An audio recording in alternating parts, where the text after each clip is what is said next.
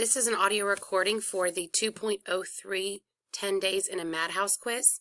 Question number 1. Refer to the explorations in literature for a complete version of this narrative. You are to read the passage below from 10 Days in a Madhouse. Oh, that combing? I never realized before that the expression, "I'll give you a combing," meant, but I knew then, my hair all matted and wet from the night previous was pulled and jerked, and after expostulating to no avail, I set my teeth and endured the pain. Why does the author use the word expostulating rather than disagreeing or arguing? Expostulating has a weaker connotation, showing the speaker is more passive about her experience. Expostulating has a sarcastic connotation, displaying that the author is making fun of the nurses combing her hair. Expostulating has a stronger connotation, indicating that the author is extremely resistant to her treatment. Or expostulating has a reckless connotation, portraying that the author is unconcerned about how she is being treated. Question number 2. Refer to the explanations in literature for a complete version of this narrative. Read the passage from 10 Days in a Madhouse.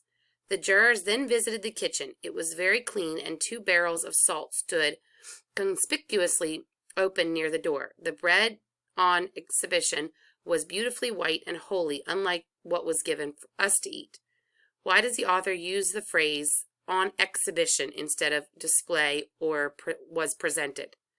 On exposition has a surprising connotation, meaning that it is a special treat for the patients. On exposition has a joyful connotation, meaning the bread is meant for a celebration. On exposition has a stronger connotation, meaning the bread is being shown to make a significant impression. Or on exposition has a weaker connotation, meaning the bread is being served as it normally is with no special fanfare. Question number 3. Refer to the explanations in literature for a complete version of this narrative. Read the sentences from 10 Days in a Madhouse. We were told to sit down on the bench, and the hair of 45 women was combed, with 1 patient, 2 nurses, and 6 combs. As I saw some of the sore heads combed, I thought this was another dose I had not bargained for. Oh, that combing! My hair all matted and wet from the night previous was pulled and jerked, and after expostulating to no avail, I set my teeth and endured the pain. How does the author's use of language in these sentences affect the passage? The informational language in sore heads and pulled and jerked indicates the author experienced the same treatment as the patients, giving the passage a resigned tone. The informal language of "oh, that combing" and "set my teeth" shows the author's shock and indignation, giving the passage an angry tone. The formal language of expostulating and "to no avail" shows an arrogant tone, indicating the author doesn't really understand the patient's dilemma. Or the formal language in "bargained for" and "endured the pain" shows the author's complaint tone, making the passage sound more passive. Question number 4. Refer to the explanations in literature for a comprehensive version of this narrative. Read the sentence from 10 Days in a Madhouse. Indeed, I was so amused at her success grabbings that when I looked at my own share, the woman opposite, without so much as "by your leave," grabbed my bread and left with me without any. How does the author's use of language in this sentence affect the passage? By using the pronouns I, me, and my, the author uses informal language in a first-hand account, giving it a friendlier tone. By using formal language, the words successful and opposite, the author gives the text a more authoritative tone. By using the phrase "without so much as by your leave," the author gives the text an informal, less trustworthy tone. And by using formal language in the words "indeed" and "amused," the author sounds pompous, giving the passage a superior tone. Question number 5. Read the sentences in 10 Days in a Madhouse. How we shivered as we stood there. The windows were open and the draft went whizzing through the hall.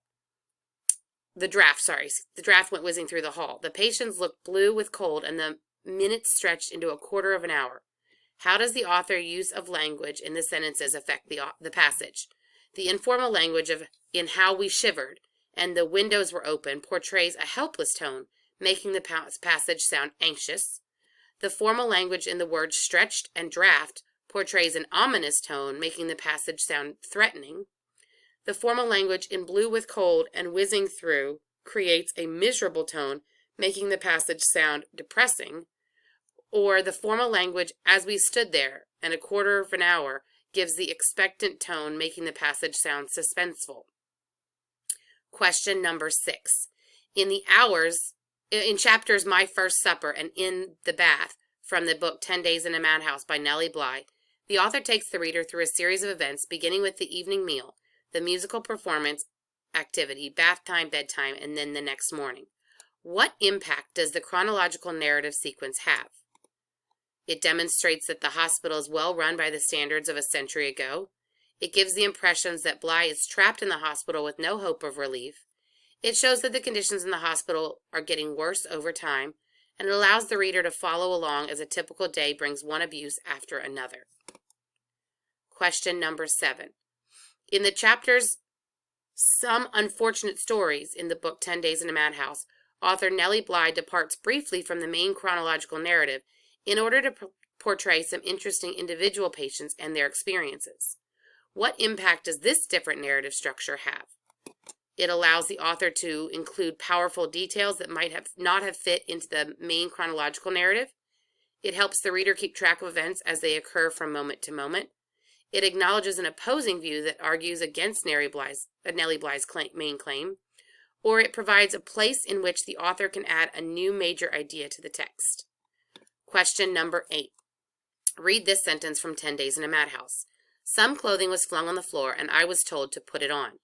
Which word in the sentence most strongly conveys the idea that the hospital staff was rude to the patients? Flung, clothing, floor, or told? Question number 9. Read the sentences from 10 Days in a Madhouse. Miss Group whispered to the demented girl, "Here is the devil coming. Go for him." What impact does the author's use of the word demented have in this sentence? It implies that Miss Group is disturbed as the girl. It makes the author sound critical or mocking of the girl. It supports the impression that the author is an objective observer, or it emphasizes the girl's mental distress. Question number 10. Read the sentences from 10 Days in a Madhouse. There was absolutely nothing in the room but the bed and myself. How does the word absolutely affect the meaning of the sentence? It shows that the author has observed the scene carefully. It emphasizes the complete lack of any comforts in the room. It suggests that the author is exaggerating.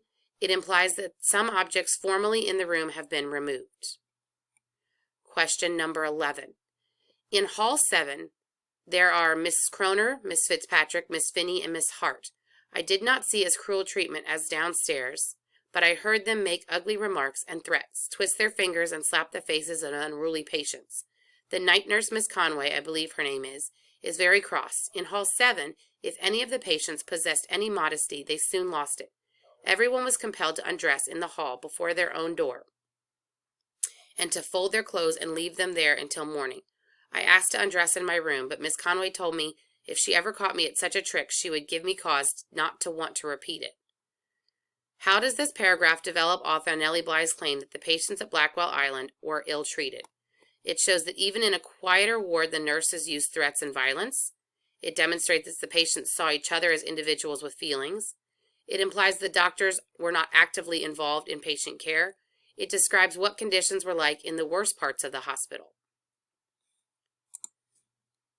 Question number 12. While I was there, a pretty young girl was brought in. She had been sick, and she fought against being put in the dirty place. One night, the nurses took her, and after beating her, they held her naked in a cold bath. Then they threw her on the bed. When morning came, the girl was dead. The doctors said she died of convulsions, and that was all that was done about it. For a complete version of the narrative, refer to your explanations in literature. How does this paragraph help to develop the author's claim in 10 Days in a Madhouse? It uses logical reasoning to support the author's claim, is using rhetorical devices such as figurative language to appeal to readers' emotions. It provides a specific, relevant example as evidence of the author's claim, or it offers the opinion of an expert, the doctor, to support the claim. Those are the 12 questions.